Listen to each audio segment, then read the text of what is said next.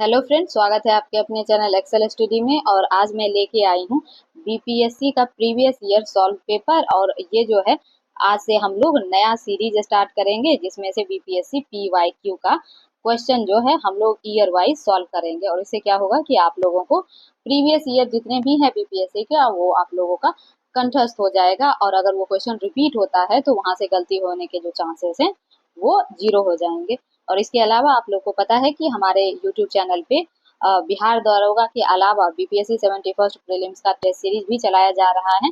और उसका जो पीडीएफ है वो हमारे टेलीग्राम चैनल पे आपको प्रोवाइड करवाया जाता है। तो आप हमारे टेलीग्राम चैनल से जुड़ के जितने भी जो हमारे यूट्यूब पे क्लासेस हैं या इसके अलावा भी बहुत सारे कंटेंट आपको वहाँ पे फ्री में मिलता है। और हमारे टेलीग्राम चैनल का जो लिंक है वो हर एक वीडियो के डिस्क्रिप्शन में और उसके अलावा कमेंट बॉक्स में जाके आप लोग देखेंगे तो वहाँ पे आपको मिल जाएगा।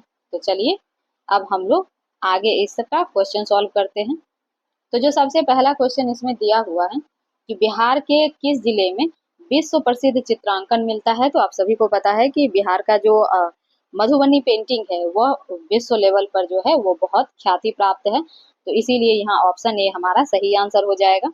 इसके अलावा है कि संथाल या हूल विद्रोह आदिवासी आंदोलन कब हुआ था। तो यह 1855-56 में हुआ था। और आप सभी को पता है कि यह राजमहल पहाड़ी के पास हुआ था और जिसको हम लोग दामिनी कोह के नाम से जानते थे। और इसका जो है नेतृत्व करता चार भाई बहन थे जो कि सिद्धू, कानू, चांद भैरव और फूलो झानो। तो ये आप लोग को पता होगा क्योंकि ये बीपीएससी में और मेंस के प्रोस्पेक्टिव से बहुत ज्यादा इंपॉर्टेंट है। आगे जो दिया हुआ है कि वाष्प मीथेन रिफॉर्मिंग तकनीक के उपयोग से प्राप्त करते हैं। तो इसमें जो है कौन सा हाइड्रोजन प्राप्त होता है। तो ये सभी आप लोग को पता होगा कि ग्रे हाइड्रोजन जो है वो वाष्प मीथेन रिफॉर्मिंग तकनीक से मिलता है। और इसके अलावा अगर ग्रीन हाइड्रोजन देखें तो यह जो है पानी का इलेक्ट्रोलाइसिस के मेथड से बनाया जाता है और सबसे स्वच्छ ईंधन माना जाता है ग्रीन हाइड्रोजन को। और इसीलिए जो सरकार है इस पे सबसे ज्यादा ध्यान दे रही है ताकि क्या हो सके कि हम लोग जो है ग्रीन हाइड्रोजन के थ्रू स्वच्छ एनर्जी को बढ़ावा दे सकें। और देखें तो ब्राउन हाइड्रोजन जो है यह कोयला के गैसिफिकेशन से बनता है और सबसे ज्यादा पॉल्यूशन जो है वह ब्राउन हाइड्रोजन से होता है। तो इसी वजह से है इस पे जो है हम लोग निर्भरता अपनी कम कर रहे हैं। तो चलिए अब हम लोग आगे देख लेते हैं कि आगे क्या दिया हुआ है। नेक्स्ट क्वेश्चन है कि कुछ जमा का अनुपात जो एक वाणिज्यिक बैंक को भारतीय रिजर्व बैंक के पास रखना चाहिए तो उसको बोला जाता है। तो आप सभी को पता है कि उसको सीआरआर या नगद आरक्षित अनुपात यानी कि कैश रिजर्व रेशियो जो है वह बोला जाता है। और आप लोग को पता होगा कि किसी भी बैंक के द्वारा अपने कुल एनडीटीएल का एक जो निश्चित प्रतिशत है जो मॉनेटरी पॉलिसी के द्वारा तय किया जाता है तो उसको वो उतना प्रतिशत जो है वो चाहे वो सोना के फॉर्म में हो चाहे वो कोई भी प्रतिभूति के रूप में हो वो आरबीआई के पास रखना मैंडेटरी होता है। और उस पे जो है आरबीआई कोई ब्याज नहीं देती है। तो इतना आप लोग को पता होना चाहिए। और इसके अलावा अभी जून 2025 में जो है सीआरआर 3% है। तो ये भी आप लोग याद रखिएगा।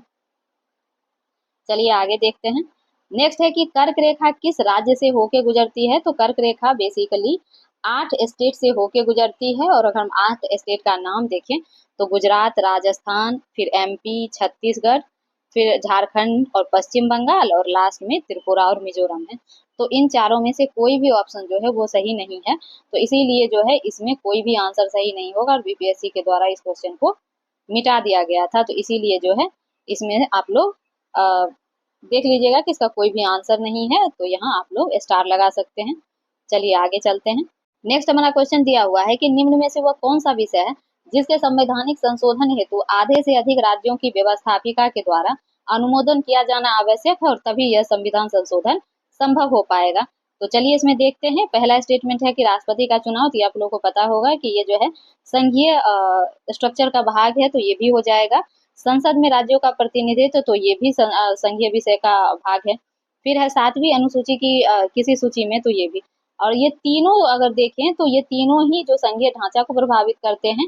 और चौथा दिया हुआ है कि राज्य विधान परिषद की समाप्ति हेतु। तो यह जो है संघीय ढांचे को प्रभावित नहीं करेगा क्योंकि आपको पता होगा कि आर्टिकल 169 के तहत जो है किसी भी राज्य में विधान परिषद की समाप्ति और गठन का प्रोविजन है, और यह तब किया जाता है जब राज्य के द्वारा अपने विधानसभा से इसको अनुमोदित करके संसद को भेजा जाता है, और तब संसद उस राज्य की विधान परिषद का गठन या समाप्ति के लिए वहां से वो विधेयक को पारित करेगी।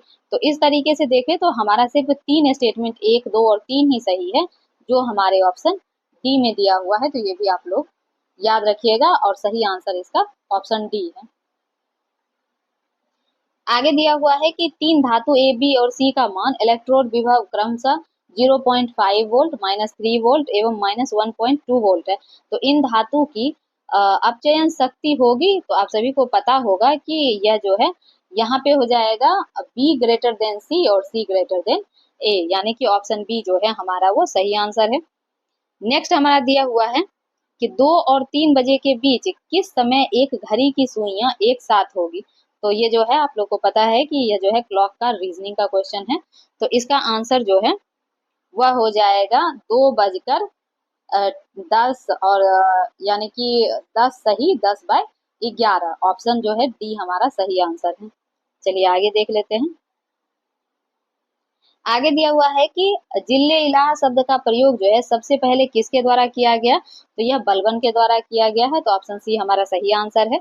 फिर है 2023 में 200 अरब अमेरिका डॉलर का यानी कि अमेरिकी डॉलर का बाजार पूंजीकरण पार करने वाली जो भारतीय कंपनी है वह कौन कंपनी बनी है, तो रिलायंस इंडस्ट्री। ऑप्शन डी हमारा सही आंसर है।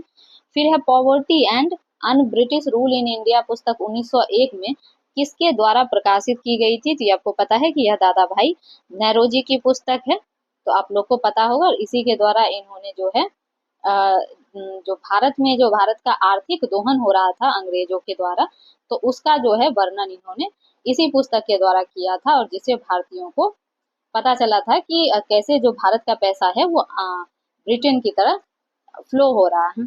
तो चलिए अब हम लोग नेक्स्ट देखते हैं।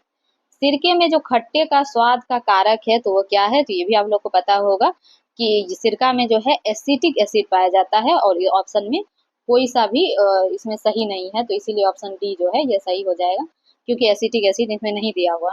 और अगर टाइट्रिक अम्ल का देखें तो टाइट्रिक जो है इसे अंगूर और इमली में पाया जाएगा, और साइट्रिक जो है ये आप लोग को पता होगा कि नींबू और संतरा में, और लैक्टिक जो है यह दूध में पाया जाता है, दूध और दही में। आगे है 2022 में शीतकालीन ओलंपिक की मेजबानी किस देश के द्वारा की गई या किस देश ने किया है, तो यह जो है चाइना के द्वारा किया गया था। ऑप्शन ए हमारा सही आंसर है। आगे है कि लोकसभा के अध्यक्ष को प्राप्त है, तो इसमें बताना है कि लोकसभा के अध्यक्ष को क्या प्राप्त है। तो इसमें कह रहा है कि केवल समान मत होने की स्थिति में मतदान का अधिकार। तो ये भी आपको पता है कि ऐसे लोकसभा का जो अध्यक्ष है वो मतदान नहीं कर सकता है तब तक जब तक कि सदन में जो मत है वो बराबर ना हो जाए। और आगे है कि सदन के अन्य सदस्यों में मतदान करना तो नहीं। फिर है 2 मताधिकार, एक सामान्य अवधि दूसरा नहीं। फिर है मतदान का अधिकार नहीं है। तो बेसिकली जो है यह नहीं ही है, लेकिन अगर वहां पे ऐसा सिचुएशन हो जाए कि बराबरी पर आ जाए तो मतदान का अधिकार है, तो इसीलिए अधिकार नहीं है जैसा कोई शब्द नहीं आएगा, तो इसीलिए ये गलत है। तो ऑप्शन ए हमारा इसमें सही हो जाएगा। आगे है कि दक्षिणी अमेरिकी महाद्वीप का सबसे प्राचीन पर्वत कौन सा है, तो ये भी आप लोग को पता होगा कि पेंकारेमा जो है यह दक्षिण अमेरिका महाद्वीप का सबसे प्राचीन पर्वत है, और यह जो है गुयाना में स्थित है। और इसके अलावा जो अलग एडिशनल फैक्ट देखें तो दक्षिणी अमेरिका में आपको पता है कि सबसे वहाँ पे जो एंडीज पर्वतमाला जो है वहाँ पे पाई जाती है, जिसकी सर्वोच्च चोटी एकांका गुहा है। तो ये भी आप लोग याद रखिएगा। आगे दिया हुआ है कि 2024 में किसे भारत रत्न दिया गया, तो इसमें जो है MS स्वामीनाथन को 2024 में भारत रत्न दिया गया था। तो यहाँ ऑप्शन बी जो है वो सही हो जाएगा। और अगर 2025 की बात करें तो आपको पता होगा कि ये पहला बार है कि जब 5 व्यक्ति को भारत रत्न दिया गया है, जबकि अभी तक का प्रोविजन था कि 3 से ज्यादा एक वर्ष में भारत रत्न नहीं दिया जाएगा। और इन 5 व्यक्तियों में आपको पता होगा कि जो लाल कृष्ण आडवाणी है, और इनके अलावा PV नरसिम्हा राव, फिर MS स्वामीनाथन और चौधरी चरण सिंह और कर्पूरी ठाकुर, इन सभी को भारत रत्न मिला है। आगे है कि निम्न में से कौन राष्ट्रपति के निर्वाचक मंडल के रूप में कार्य करता है लेकिन महाभियोग प्रक्रिया में भाग नहीं लेता। तो आप सभी को पता है कि जो राज्य विधानसभा है, यह राष्ट्रपति के निर्वाचन का जो निर्वाचक मंडल है इसमें शामिल होता है, लेकिन उसके महाभियोग वाले में नहीं शामिल होगा। महाभियोग में केवल संसद के दोनों सदनों के सदस्य शामिल होते हैं। तो यहाँ ऑप्शन बी जो है वो सही हो जाएगा। नेक्स्ट हमारा क्वेश्चन दिया हुआ है कि 1917 में चंपारण सत्याग्रह का नेतृत्व किसने किया था? तो यह महात्मा गांधी के द्वारा किया गया था। और आप सभी को पता होगा कि यह जो है तीन कठिया पद्धति को जो खत्म करने के लिए महात्मा गांधी के द्वारा सबसे पहले भारत में चलाया गया सफल आंदोलन था। तो ये भी आप लोग याद रखिएगा। चलिए नेक्स्ट की ओर चलते हैं कि कलियां विशिष्ट रूप से पाई जाती है। तो कली जो है पत्ती के आधार और शाखाओं के सिरे पर पाई जाती है, इसीलिए ऑप्शन ए हमारा सही आंसर हो जाएगा। फिर है इसिहारा टेस्ट है, ये किससे संबंधित है? तो यह रंग अंधता से, यानी कि ऑप्शन सी हमारा सही आंसर है। ये बेसिकली वर्णांधता के केस में क्या होता है कि इसिहारा टेस्ट करवाया जाता है। नेक्स्ट हमारा क्वेश्चन है कि बिरसा मुंडा विद्रोह कहाँ हुआ था? तो ये आप सभी को पता होगा कि यह रांची में हुआ था। और बिरसा मुंडा के विद्रोह को, जिसको कि मुंडा विद्रोह बोला जाता है, यह 1899 से लेके 1900 के बीच में माना जाता है, और कहीं 1895 से 1900 के बीच लिखा हुआ मिलता है। और यह रांची में हुआ था और इसके नेतृत्वकर्ता बिरसा मुंडा थे। और अगर हम लोग इसके अलावा देखें तो यह जो मुंडा विद्रोह था इसको उलगुलान की संज्ञा दी जाती है। तो ये भी आप लोग याद रखिएगा। फिर है भारतीय संविधान का कौन सा अनुच्छेद आपातकाल की घोषणा से संबंधित है? तो यह जो है अनुच्छेद 352 है। इसके अलावा 356 और 360 भी आपातकाल की घोषणा से संबंधित है। तो ये भी आप लोग याद रखिएगा। 352 में राष्ट्रीय आपातकाल, 356 में राज्य आपातकाल या राष्ट्रपति शासन, और 360 में वित्तीय आपातकाल। हालांकि वित्तीय आपातकाल जो है वो अभी तक भारत में एक बार भी नहीं लगा है। और इसके अलावा अगर बिहार की बात करें तो बिहार में जो है राज्य आपातकाल यानी कि आर्टिकल 356 जो है वो 8 टाइम्स लग चुका है। तो ये भी आप लोग याद रखिएगा।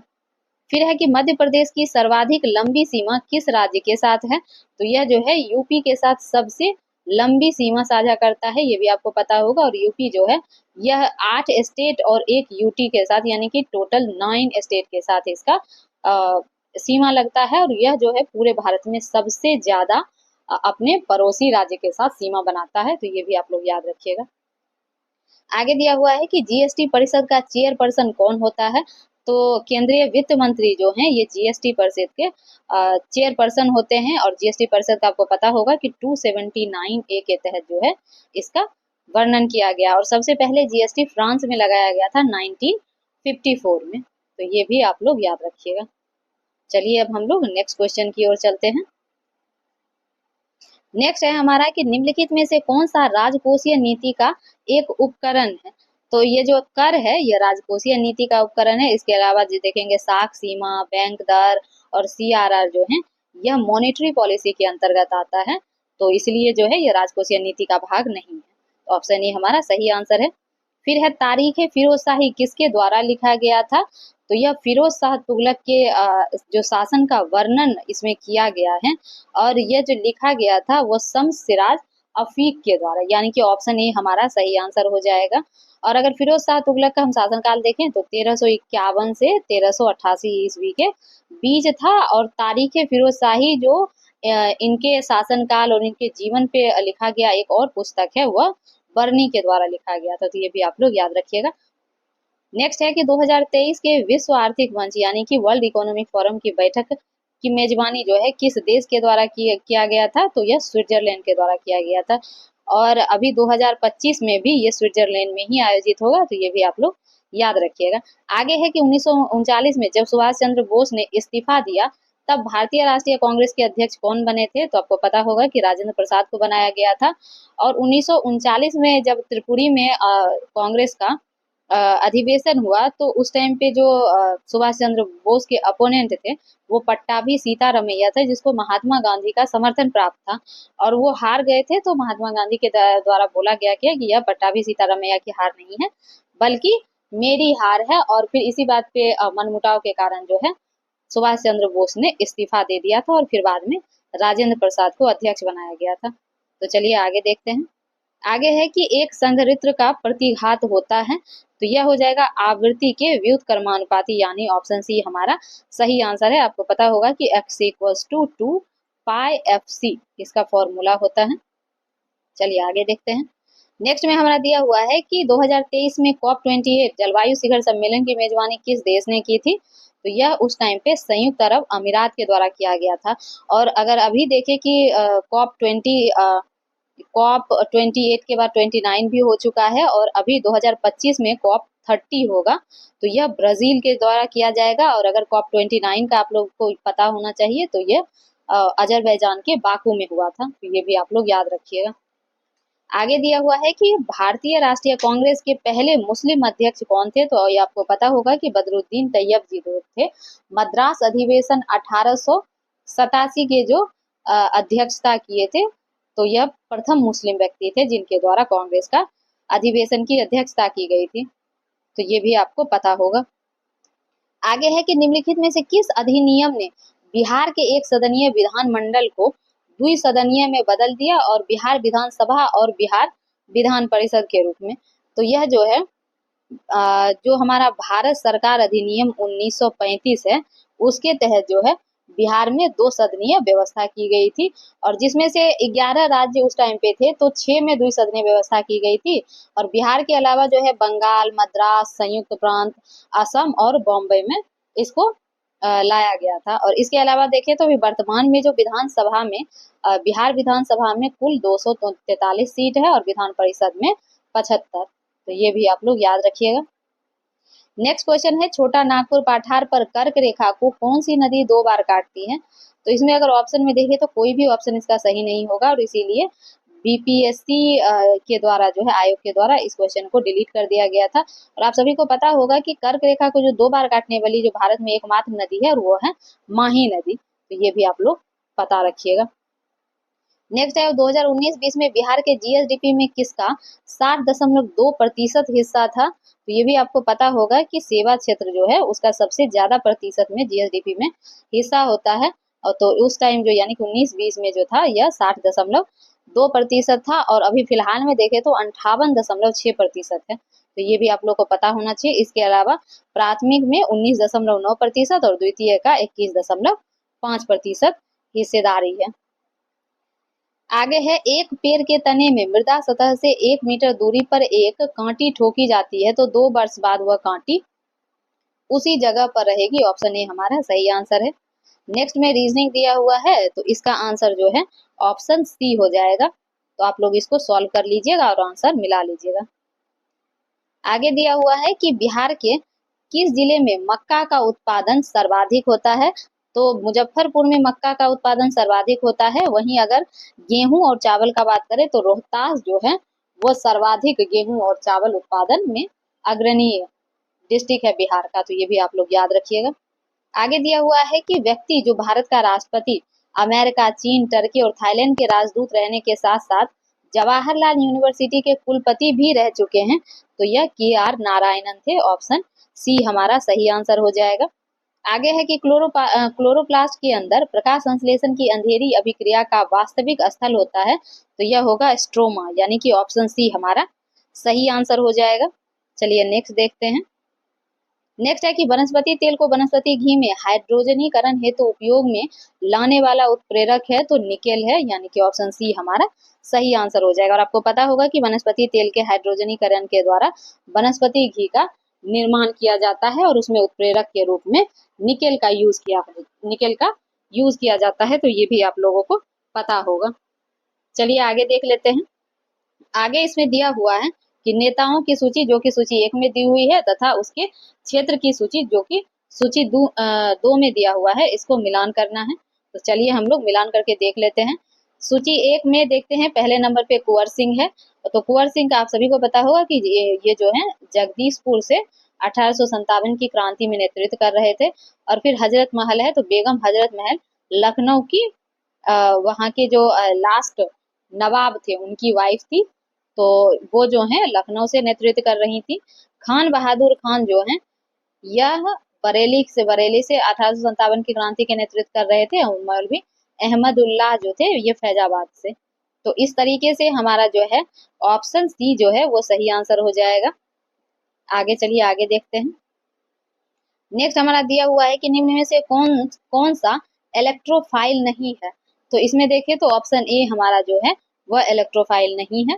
और इलेक्ट्रोफाइल अगर देखें तो ये वैसी रासायनिक प्रजाति है जो कि इलेक्ट्रॉन जिसमें न्यून होती है और अभिक्रिया के दौरान इसमें इलेक्ट्रॉन जो है युग्म को स्वीकार करने की प्रवृत्ति रखते हैं, जिससे नए सहसंयोजी बंध का निर्माण होता है। तो चलिए आगे देख लेते हैं। आगे दिया हुआ है कि भारत में वित्त आयोग का प्राथमिक कार्य क्या है। तो वित्त आयोग का पहला कार्य है कि केंद्र और राज्यों के बीच जो है राजस्व का बंटवारा करना। और यह जो है आप सभी को पता होगा कि इसका जो वर्णन है अनुच्छेद 280 के तहत किया गया है और यह एक अर्ध न्यायिक और सलाहकारी निकाय है। इसके अलावा देखें तो जो सबसे पहला वित्त आयोग है उसके अध्यक्ष जो थे वह केसी नियोगी थे और अभी वर्तमान में 16वें वित्त आयोग का जो गठन है वो 1 दिसंबर 2023 को किया गया है और जिसमें अरविंद पनगरिया को इसका अध्यक्ष बनाया गया है और इसके सचिव जो है ऋत्विक रजनम पांडे हैं। तो ये भी आप लोग याद रखिएगा। और जो 16वां जो वित्त आयोग है वह 1 अप्रैल 2026 से इसकी सिफारिश जो है वो लागू की जाएगी। चलिए आगे देखते हैं। तो कौन सा देशांतर जो है कनाडा और अलास्का को अलग करता है। तो 141 डिग्री जो समानांतर रेखा है तो यह जो है कनाडा और अलास्का को अलग करेगी। और इसके अलावा अगर कुछ और देखें तो 49वीं जो समांतर रेखा है ये यूएसए और कनाडा के बीच है। वहीं 38वीं समांतर रेखा नॉर्थ कोरिया और साउथ कोरिया के बीच है। और इसके अलावा 31वां देखें तो ईरान और इराक के बीच है। तो ये भी आप लोग याद रखिएगा। नेक्स्ट हमारा क्वेश्चन दिया हुआ है कि निम्न में से भारत में किस संविधान संशोधन ने एक राज्य में मुख्यमंत्री सहित मंत्रिपरिषद की अधिकतम संख्या निर्धारित की है। तो यह 91 संविधानिक संशोधन 2003 के द्वारा जो है यह प्रावधान यानी कि यह प्रावधान किया गया था कि किसी भी राज्य में जो है उस राज्य की टोटल विधानसभा के जो मेंबर हैं उस मेंबर की संख्या का 15% से अधिक जो है मंत्रिपरिषद का आकार नहीं होगा। और दिल्ली में अगर इसका बात करें तो दिल्ली में इसके 10% को ही तय किया गया था और छोटे राज्यों में मंत्रिपरिषद का जो आकार है वह 12 तय किया गया था, यानी कि 12 मंत्री वहां पे हो सकते हैं। तो ये भी आप लोग याद रखिएगा।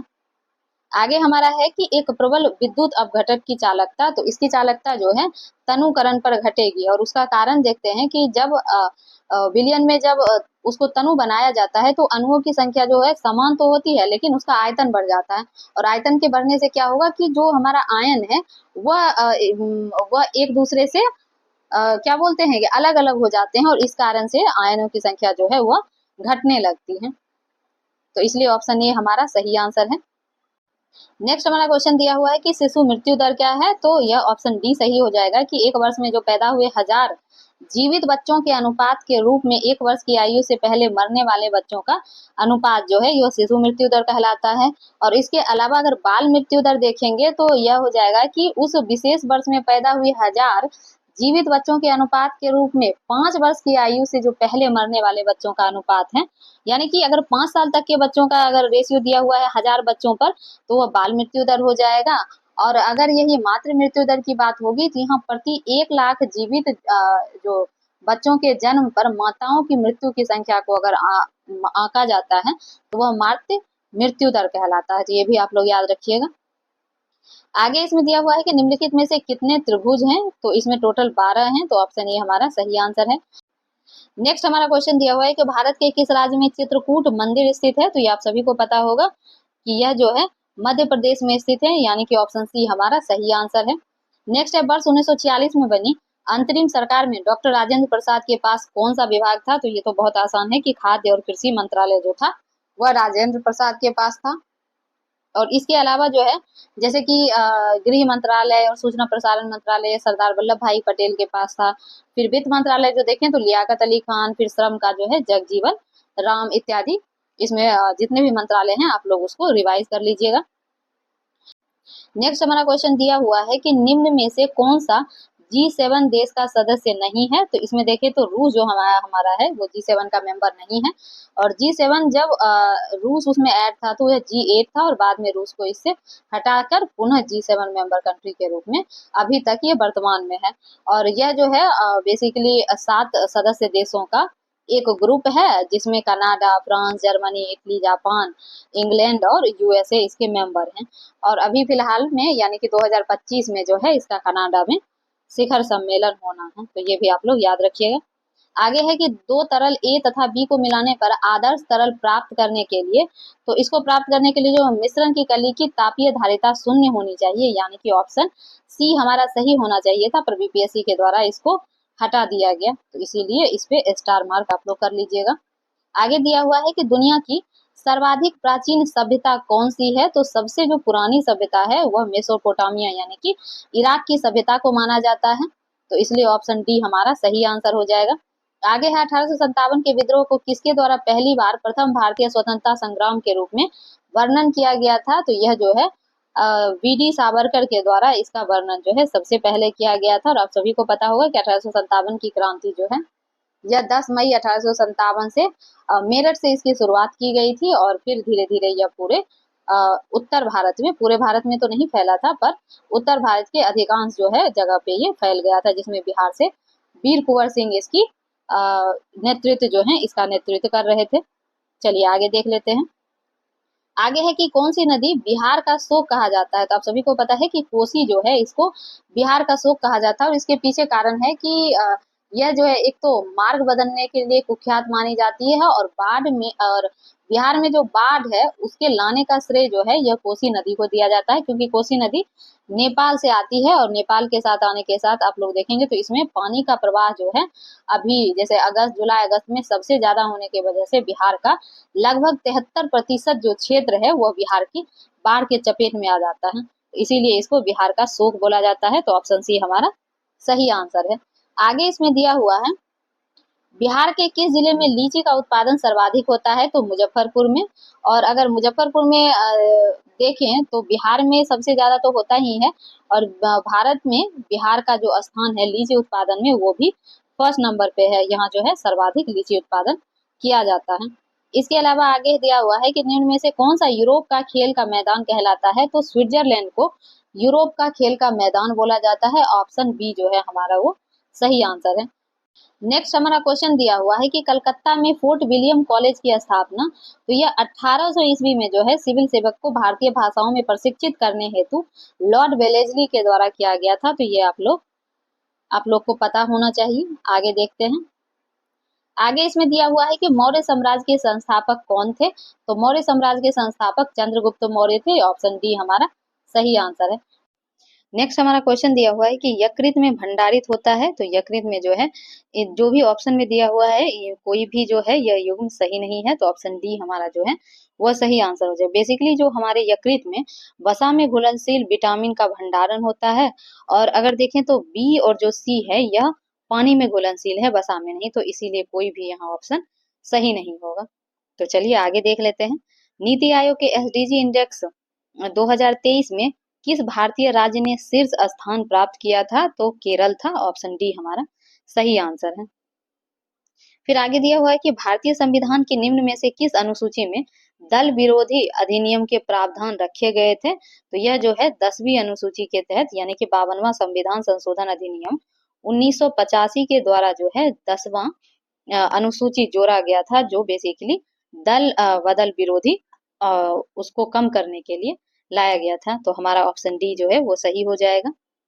आगे इसमें दिया हुआ है कि एशिया माइनर के भूमध्य सागरीय तट पर स्थित पर्वत श्रेणी कौन सी है, तो यह टॉरस पर्वत श्रेणी है, ऑप्शन सी हमारा सही आंसर है। किस वायसराय ने भारत में औपनिवेशिक आर्थिक संरचना का विकेंद्रीकरण किया, तो यह लॉर्ड मयो के द्वारा किया गया था 1872 में, और देखेंगे तो 1882 से जो रिपन है उनको स्थानीय शासन का जनक माना जाता है, तो ये भी आप लोगों को पता होगा। चलिए आगे देख लेते हैं। आगे है कि 1 जनवरी 2008 को मंगलवार है, और 1 जनवरी 2009 को सप्ताह का कौन सा दिन होगा, तो यह कैलेंडर से रीजनिंग का क्वेश्चन दिया हुआ है, तो यह जो है गुरुवार हो जाएगा, यानी कि ऑप्शन ए हमारा सही आंसर है। नेक्स्ट है कि उत्तर पूर्वी भारत का स्कॉटलैंड कौन सा है, तो यह मेघालय को बोला जाता है, इसलिए ऑप्शन डी हमारा सही आंसर है। नेक्स्ट हमारा क्वेश्चन दिया हुआ है कि अप्रैल 2020 में बिहार शिक्षा विभाग ने डीडी बिहार के माध्यम से निम्नलिखित कार्यक्रम शुरू किया, तो कक्षा 9 और 10 के छात्रों के लिए ई सामग्री का प्रसारण किया गया, ऑप्शन बी हमारा सही आंसर है। आगे है कि प्रसिद्ध पुस्तक जो है गुलामगिरी के लेखक कौन है, तो यह जो है ज्योतिबा फूले हैं, यानी कि ऑप्शन ए हमारा सही आंसर है। और आपको पता होगा कि ज्योतिबा फूले जो हैं सत्य शोधक समाज के संस्थापक भी हैं, जिसकी स्थापना इन्होंने 1873 ईस्वी में की थी। तो ये भी आप लोग को पता होगा। आगे दिया हुआ है कि 2026 में आयोजित होने वाली 20वें एशियन खेलों की मेजबानी किस देश को मिली है? तो यह जापान को मिली है। ऑप्शन सी सही आंसर है। फिर चंद्रमा की सतह पर कोई वातावरण नहीं है, क्योंकि क्योंकि गैस अणुओं का पलायन वेग उसमें वेग के मूल माध्य वर्ग से कम होता है, यानी ऑप्शन बी सही हो जाएगा। फिर है कि भारत के किस राज्य को खनिज लवणों का राज्य कहते हैं? तो यह जो है उड़ीसा को बोला जाता है, यानी ऑप्शन ए जो है हमारा सही आंसर है। वहीं छोटा नागपुर को देखें तो उसको रूर प्रदेश बोला जाता है। नेक्स्ट हमारा क्वेश्चन है कि ग्रे क्रांति जो है वो किससे संबंधित है? तो उर्वरक से, यानी कि ऑप्शन बी हमारा सही आंसर है। वहीं अगर आलू को देखें तो गोल क्रांति आलू से संबंधित है, और फिर पीली क्रांति तिलहन से। तो ये भी आप लोग याद रखिएगा। चलिए नेक्स्ट चलते हैं। अब इसमें दिया हुआ है कि कोसी मैदान की समुद्र तल से औसत ऊंचाई है, तो उसकी औसत ऊंचाई जो है करीब 30 मीटर है, यानी ऑप्शन बी जो है वो सही हो जाएगा। अब नेक्स्ट दिया हुआ है रीजनिंग, तो इसका जो आंसर है 74 का वो 51 हो जाएगा। तो आप लोग सीरीज ये दिया हुआ है तो आप लोग सॉल्व कर लीजिएगा। आगे इसमें दिया हुआ है कि भारत के किस शहर को यूनेस्को ने भारत का पहला साहित्यिक शहर घोषित किया है? तो यह जो है कोझिकोड केरल को किया गया है। तो ये भी आप लोग याद रखिएगा। फिर है कि मलेरिया के लिए कुनैन एक सामान्य दवा है और एक पौधे से प्राप्त होती है। यह दवा पौधे के किस भाग से प्राप्त होती है? तो यह जो है तने की छाल से, यानी कि कुनैन के तने की छाल से मलेरिया के लिए कुनैन वहां से निकाला जाता है, यानी कि ऑप्शन सी हमारा सही आंसर है। फिर है कि भारत में किस क्षेत्र को वैश्वीकरण से अधिक लाभ हुआ है? तो यह सेवा क्षेत्र से, यानी कि ऑप्शन ए सही आंसर है। नेक्स्ट हमारा क्वेश्चन दिया हुआ है कि हल्दी पौधे के किस भाग से हल्दी पाउडर प्राप्त होता है? तो चूंकि जो है हल्दी का जो तना का भाग है उससे हम लोग हल्दी पाउडर प्राप्त करते हैं, और यहाँ ऑप्शन में तना नहीं दिया हुआ है, इसलिए ऑप्शन डी हमारा सही हो जाएगा। फिर है पटना कॉलेज कब स्थापित हुआ था? तो यह 1863 में, यानी कि ऑप्शन बी हमारा सही आंसर है। फिर दिया हुआ है कि भौतिक रूप से किस प्रकार हाइड्रोजन को भंडारित किया जाता है? तो हाइड्रोजन गैस के संपीड़न से, यानी ऑप्शन सी हमारा सही आंसर है। जब एक टेलीस्कोप के अभिदृश्यक लेंस का व्यास बढ़ता है तब टेलीस्कोप की विभेदन क्षमता तो यह भी साथ में बढ़ती जाएगी, यानी कि ऑप्शन सी सही है। फिर दिया हुआ है 2011 की जनगणना के अनुसार किस भारतीय राज्य में साक्षरता दर सबसे अधिक है? तो यह जो है केरल में सर्वाधिक साक्षरता दर है पूरे भारत में 93.94%, यानी कि 94% लगभग यहाँ साक्षरता दर है। और बिहार में सबसे कम है 61.8%। और अगर ओवरऑल भारत में साक्षरता दर देखें तो ये 74.04% है। और पुरुष का देखें तो 81.14%, और महिला जो है 65.46, यानी कि लगभग 65.5% है। तो ये भी आप लोग याद रखिएगा। आगे दिया हुआ है नेक्स्ट क्वेश्चन में कि 100 डिग्री सेल्सियस टेम्परेचर ताप पर वायु में जलने की तुलना में 100 डिग्री सेल्सियस पर स्थित ताप में जलना जो है वह ज्यादा वाष्पीकरण की गुप्त ऊष्मा के कारण ज्यादा खतरनाक है। तो यानी ऑप्शन बी जो है हमारा वो सही आंसर हो जाएगा। फिर है निम्नलिखित में से कौन सा प्राचीन स्थल भारत में बौद्ध शिक्षा का प्रसिद्ध केंद्र नहीं था? तो नागपुर जो है वह जो है बौद्ध शिक्षा का केंद्र नहीं था, इसीलिए ऑप्शन ए सही आंसर हो जाएगा। नेक्स्ट जो है हमारा ये जो है रीजनिंग का क्वेश्चन है, तो इसका आंसर बता देती हूँ, आप लोग सॉल्व कर लीजिएगा। तो इसका जो है ऑप्शन सी सही आंसर हो जाएगा 3। आगे भी यहाँ रीजनिंग दिया हुआ है तो इसका भी आंसर बता देती हूँ। तो इसका जो है आंसर 86 का यह ऑप्शन सी सही हो जाएगा कि डी की पत्नी। तो ये भी आप लोग मिला लीजिएगा सॉल्व करने के बाद। चलिए आगे देख लेते हैं। नेक्स्ट हमारा दिया हुआ है कि स्थानीय प्रेस अधिनियम की अनुमति। तो यह जो है इसमें से एक तो यदि समाचार पत्रों में कुछ भी आपत्तिजनक प्रकाशित हुआ तो समाचार पत्र की संपत्ति जब्त कर ली जाएगी। फिर है कि यदि समाचार पत्रों में कुछ भी प्रकाशित किया गया जो आपत्तिजनक नहीं पाया गया तो प्रिंटिंग प्रेस को जब्त कर लिया जाएगा। फिर दिया हुआ है कि यदि समाचार पत्रों में कुछ भी प्रकाशित किया गया जो आपत्तिजनक पाया गया तो प्रिंटिंग प्रेस को जब्त कर लिया जाएगा, यानी कि एक से ज्यादा सही है, इसलिए जो है हमारा ऑप्शन डी सही हो जाएगा। चलिए आगे देख लेते हैं। अब कह रहा है कि उत्तर प्रदेश में हिम रेखा की औसत ऊंचाई है। तो चूंकि उत्तर प्रदेश में अभी तो हिम रेखा जैसा कुछ नहीं है, लेकिन जब ये उत्तराखंड उसमें शामिल था तो उसमें जो है हिम रेखा थी, और जो लगभग 4500 से 5700 मीटर का उसकी औसत ऊंचाई थी। तो इसीलिए जो है इसका कंट्रोवर्शियल क्वेश्चन के कारण बीपीएससी इसको हटा दी थी ये क्वेश्चन को, तो इसीलिए जो है आप लोग इसे भी इसका एक्सप्लेनेशन याद रखेंगे। आगे चलिए देखते हैं कि अखिल भारतीय ट्रेड यूनियन कांग्रेस का गठन किस वर्ष हुआ था। तो 1920 में, यानी कि ऑप्शन ए हमारा सही आंसर है। और इसकी स्थापना एन.एम. जोशी के द्वारा किया गया था, तो ये भी आप लोग याद रखिएगा। आगे है, दिल्ली सल्तनत के दौरान मुकद्दम पद का इस्तेमाल किसके लिए किया जाता है। तो यह गांव के सरपंच को बोला जाता था मुकद्दम। फिर है, बिहार के किस जिले में मखाना का उत्पादन सबसे ज्यादा होता है। तो मधुबनी में, ऑप्शन डी सही हो जाएगा। हल्के बुलेट प्रूफ हेलमेट तथा आचरण वाले निर्माण में निम्न में से किस फाइबर का उपयोग होता है। तो केवलार का, यानी कि ऑप्शन सी जो है वह सही हो जाएगा। नेक्स्ट हमारा क्वेश्चन कह रहा है कि निम्नलिखित विकल्प में से सही युग्म चुनें। तो इसमें जो है ऑप्शन डी सही हो जाएगा कि प्रथम पंचवर्षीय योजना जो थी वह कृषि पे उस पे ध्यान दिया गया था, इसलिए ऑप्शन डी हमारा सही है। आगे है, निम्नलिखित में से कौन सा केंद्रीय बैंक का कार्य है। तो इसमें देखें तो रेपो रेट का प्रबंधन करना, वाणिज्यिक बैंक को ऋण देना, सरकार को बैंक सुविधा देना, यह तीनों ही केंद्रीय बैंक का कार्य है, इसलिए ऑप्शन डी हमारा सही आंसर है। चलिए आगे देख लेते हैं। आगे इसमें दिया हुआ है कि निम्नलिखित में से कौन ऑस्ट्रेलिया महाद्वीप से संबंधित नहीं है।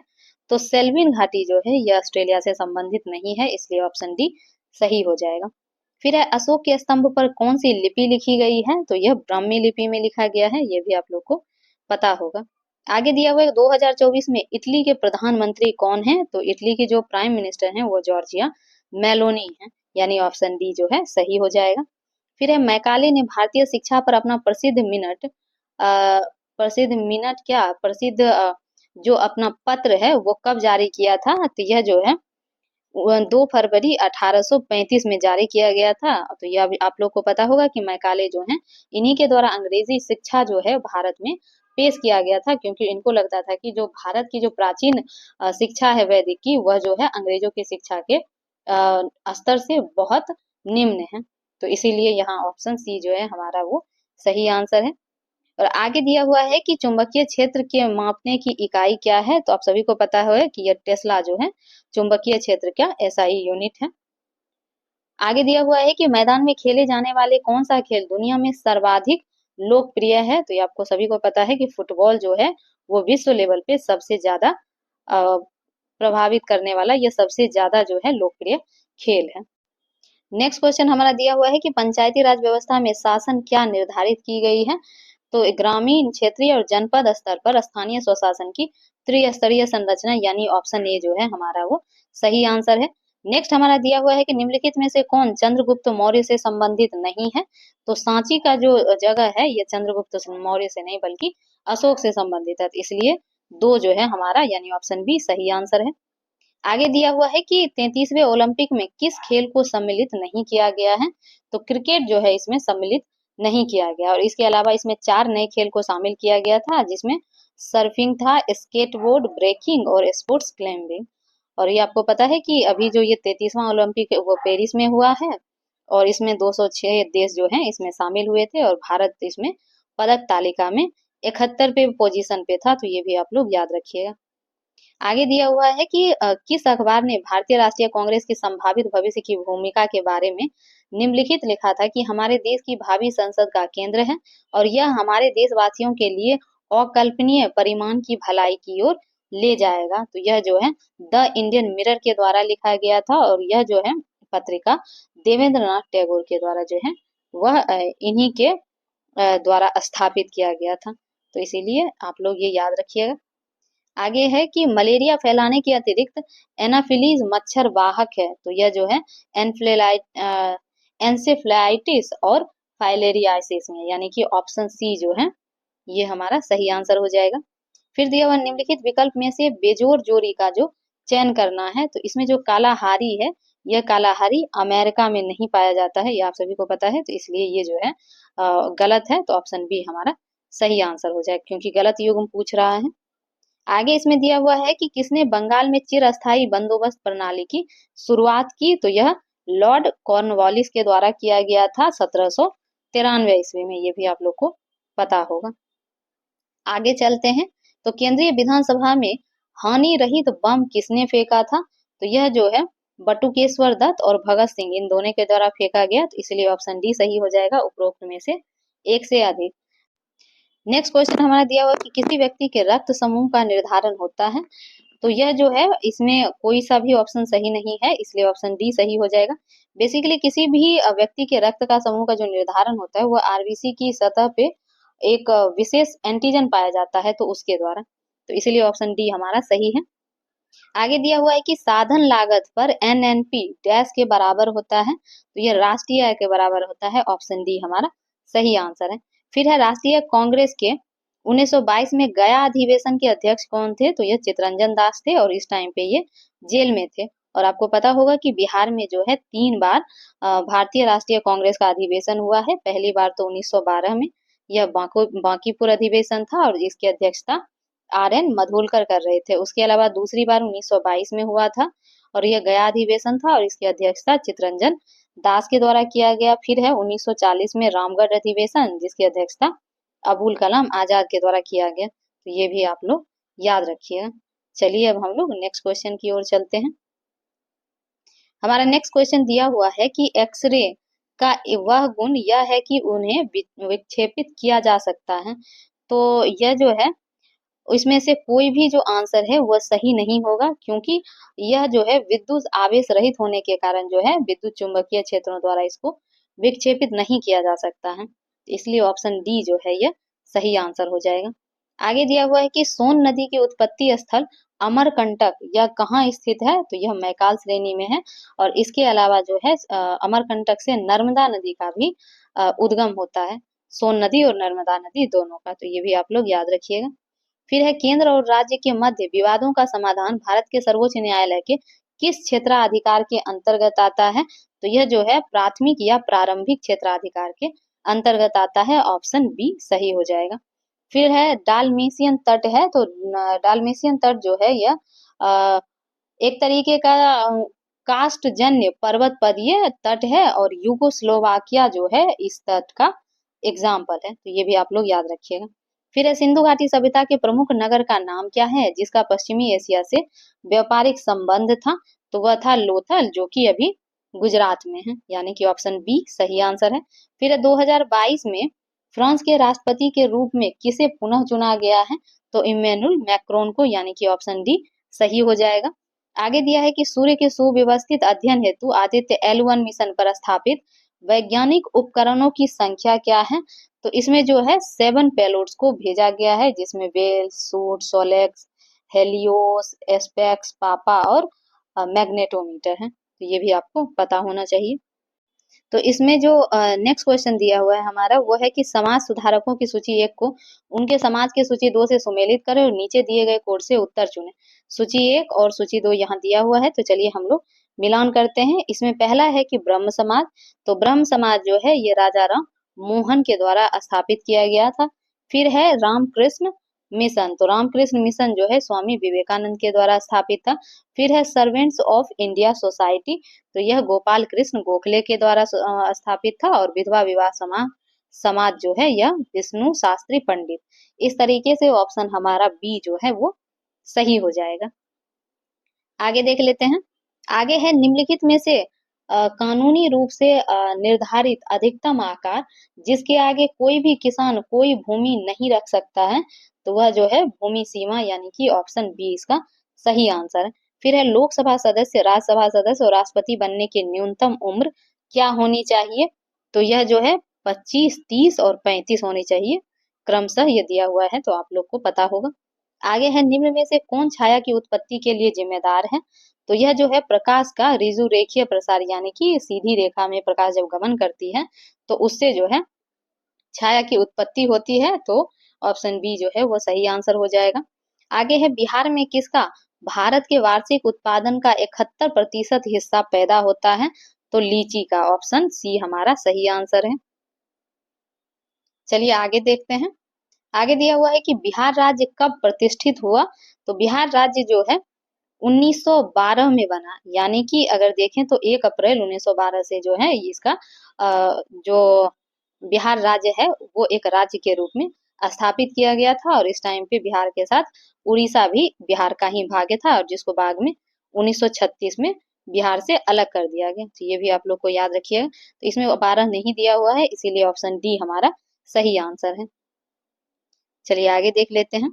भारतीय संविधान के किस अनुच्छेद के तहत वार्षिक विवरण यानी कि जो बजट है संसद के समक्ष प्रस्तुत किया जाना आवश्यक है। तो यह जो है वार्षिक वित्तीय विवरण जो है अनुच्छेद 112 में इसका वर्णन किया गया है। तो ऑप्शन सी हमारा सही आंसर है। आगे दिया हुआ है कि डीवी द्वीप किसकी सरिताओं के मध्य स्थित है। तो कृष्णा नदी के बीच, यानी कि ऑप्शन डी सही आंसर हो जाएगा। फिर है सर्कल का संबंध, यानी कि ये रीजनिंग दिया हुआ है, तो आप लोग इसको सॉल्व कर लीजिएगा। मैं इसका आंसर बता देती हूँ, इसका ऑप्शन ए जो है वो सही आंसर हो जाएगा। फिर आगे दिया हुआ है कि निम्न में से किस बीज का उपयोग अभियांत्रिकीकृत हीरों के उत्पादन में होता है। तो आपको पता है कि ग्रेफाइट का जो यूज है वो कृत्रिम हीरा बनाने के लिए किया जाता है। आगे है कि 2023 में भारत में G20 शिखर सम्मेलन किस शहर में आयोजित किया गया था। तो नई दिल्ली में, यानी कि ऑप्शन डी हमारा सही आंसर है। आगे है लेखक की सूची 1 को 1857 की पुस्तकों की सूची 2 से मिलाएं और नीचे दिए गए कोड से उत्तर चुने। तो चलिए हम लोग देखते हैं। पहला दिया हुआ है बी.डी. सावरकर, तो इनकी जो लिखी हुई पुस्तक थी प्रथम स्वतंत्रता संग्राम, यानी कि ऑप्शन ए। फिर है एस.एन. सेन, तो इनकी लिखी हुई पुस्तक जो थी वो 1857 थी, यानी कि ऑप्शन 4 में दिया गया है। फिर है एरिक स्ट्रोक, एरिक स्ट्रोक के द्वारा किसान और राज लिखा गया, यानी कि ऑप्शन इधर जो है सूची 2 में 2 हो जाएगा। और एस.बी. चौधरी का जो है नागरिक विद्रोह और भारतीय विद्रोह। तो इस तरीके से अगर हम देखें तो हमारा ऑप्शन सी जो है वो सही आंसर है इसका। आगे है बिहार के किस जिले में गेहूं का उत्पादन सर्वाधिक होता है। तो रोहतास जो है इसमें गेहूं और चावल दोनों का ही सर्वाधिक उत्पादन किया जाता है। तो ये भी आप लोग याद रखिएगा। नेक्स्ट हमारा क्वेश्चन दिया हुआ है कि भारतीय अंतरिक्ष अनुसंधान संगठन यानी कि इसरो के वर्तमान अध्यक्ष कौन है। तो इस टाइम पे तो जब एग्जाम हुआ था एस सोमनाथ थे, लेकिन अभी जो है यानी कि अभी जुलाई 2025 में वी नारायणन जो है इसरो के जो वर्तमान अध्यक्ष हैं। तो ये आप लोग को पता होना चाहिए। आगे है यूपीआई का विस्तृत रूप क्या है। तो यह है यूनिफाइड पेमेंट इंटरफेस, यानी कि ऑप्शन सी जो है हमारा ये सही आंसर हो जाएगा। चलिए आगे देख लेते हैं। आगे दिया हुआ है कि निम्नलिखित में से किस राज्य को लॉर्ड डलहौजी के हड़प नीति के तहत शामिल नहीं किया गया था। तो इसमें से जयपुर जो है इसको नहीं शामिल किया गया था, और इसके अलावा जिसको शामिल किया गया था उसमें सतारा, संबलपुर, जैतपुर, बघात, उदयपुर, झांसी और नागपुर था। तो इसमें से ये सारा ही उसमें शामिल था, तो इसीलिए ये आंसर नहीं होगा। उसमें पूछ रहा है नहीं है, तो इसलिए ऑप्शन बी सही हो जाएगा। आगे दिया हुआ है कि 1 केजी भार और सी कूलम्ब आवेश वाला जो इलेक्ट्रॉन स्थित अवस्था से वी वोल्ट के विभवांतर से गति करता है, तब उसकी अंतिम ऊर्जा जो है वह जूल में कितनी होगी। तो वह 1 इलेक्ट्रॉन वोल्ट हो जाएगी, यानी कि ईवी। ऑप्शन ए जो है वो सही आंसर हो जाएगा। नेक्स्ट हमारा जो क्वेश्चन दिया हुआ है कि अंतर्राष्ट्रीय संधियों को लागू करना संसद द्वारा भारत के एक हिस्से या संपूर्ण भारत के लिए कानून का निर्माण किया जा सकता है। तो यह जो है राज्य की सहमति के बिना ही उसके पूरे भारत में या किसी भी एक क्षेत्र में लागू किया जा सकता है। और इसका वर्णन जो अगर हम देखें तो अनुच्छेद 253 के तहत संविधान में ऐसा वर्णन किया गया है। तो ये भी आप लोग याद रखिए। चलिए आगे देख लेते हैं। नेक्स्ट जो हमारा क्वेश्चन दिया हुआ है कि निम्नलिखित में से कौन आजाद हिंद फौज यानी कि आईएनए से जुड़ा हुआ नहीं था। तो इसमें देखें तो ऐसे डांगे जो हैं इससे जुड़े हुए नहीं थे, और ये तीनों जो हैं आईएनए से जुड़े हुए थे, और इन्हीं तीनों पर दिल्ली के लाल किले में मुकदमा चलाया गया था। ये भी आप लोगों को याद होगा। नेक्स्ट हमारा क्वेश्चन दिया हुआ है कि 2023 में शांति नोबेल शांति पुरस्कार किसे मिला है। तो उस टाइम पे 2023 में नरगिस मोहम्मदी को दिया गया था, जो कि एक ईरानी कार्यकर्ता थी और उस टाइम जेल में बंद थी। और इसके अलावा अभी देखें तो 2024 का जो शांति का नोबेल पुरस्कार है वो जापान का एक संगठन है निदान हिदयान को, उसको दिया गया है। तो ये भी आप लोग याद रखिएगा। आगे इसमें दिया गया है कि कश्मीर घाटी किस प्रकार की घाटी है, तो कश्मीर जो है वो अपरदन जन्य यानी कि अपरदन से जो निर्मित है उस तरीके की घाटी है। ऑप्शन सी हमारा सही आंसर है। और आगे देखते हैं तो नेक्स्ट जो है हमारा ये रीजनिंग दिया हुआ है, तो इसका मैं आंसर बता देती हूँ, आप लोग सॉल्व करके मिला लीजिएगा। तो 10 मीटर यानी कि ऑप्शन डी इसका सही आंसर है। आगे दिया हुआ है कि कांग्रेस पूर्व संगठन की सूची 1 व उनके नेताओं की सूची जो 2 में दी गई है उनसे मिलाना है और नीचे दिए गए जो कोड हैं उनसे आंसर चुनना है। तो चलिए देख लेते हैं। पहला है इंडियन एसोसिएशन, तो यह सुरेंद्र नाथ बैनर्जी का था। फिर है मद्रास महाजन सभा, यह जो है एम वीर राघवाचारी का था। फिर है बॉम्बे प्रेसिडेंसी एसोसिएशन, यह दादा भाई नेहरू जी का था। और पूना सार्वजनिक सभा जो था यह जस्टिस एम रैनाडे का था। तो इस तरीके से हमारा ऑप्शन बी जो है वो सही हो जाएगा। तो चलिए अब हम लोग आगे चलते हैं। नेक्स्ट हमारा है कि जब टीके के द्वारा शरीर में एंटीजन प्रवेश करता है तब संक्रमण से लड़ने के लिए एंटीबॉडी की उत्पत्ति होती है। तो एंटीबॉडी की उत्पत्ति बी और टी दोनों कोशिकाओं में होती है, यानी ऑप्शन ए जो है सही आंसर है। फिर है नवीकरणीय ऊर्जा का अर्थ है, तो इसका जो अर्थ हो जाएगा एक तो कि सौर ऊर्जा से उत्पादित बिजली, तो बिल्कुल ठीक है। दूसरा इसमें दिया हुआ है कि थर्मल प्लांट से उत्पादित, तो नहीं, थर्मल प्लांट से वो नवीकरणीय में नहीं आएगा। फिर है कोयले से उत्पादित बिजली, तो ये भी नवीकरणीय में नहीं है। पवन ऊर्जा से उत्पादित बिजली, तो ये नवीकरणीय ऊर्जा का सोर्स है, यानी कि 1 और 4 जो कि हमारे ऑप्शन ए में दिख रहा है। तो ऑप्शन ए जो है वो सही आंसर हो जाएगा। आगे दिया हुआ है कि झांसी के पास देवगढ़ का मंदिर और इलाहाबाद के पास गढ़वा मंदिर में बनी मूर्तियों में किस कला के महत्वपूर्ण अवशेष हैं, तो उसमें जो है गुप्त कला के, यानी कि ऑप्शन बी जो है वो सही आंसर है।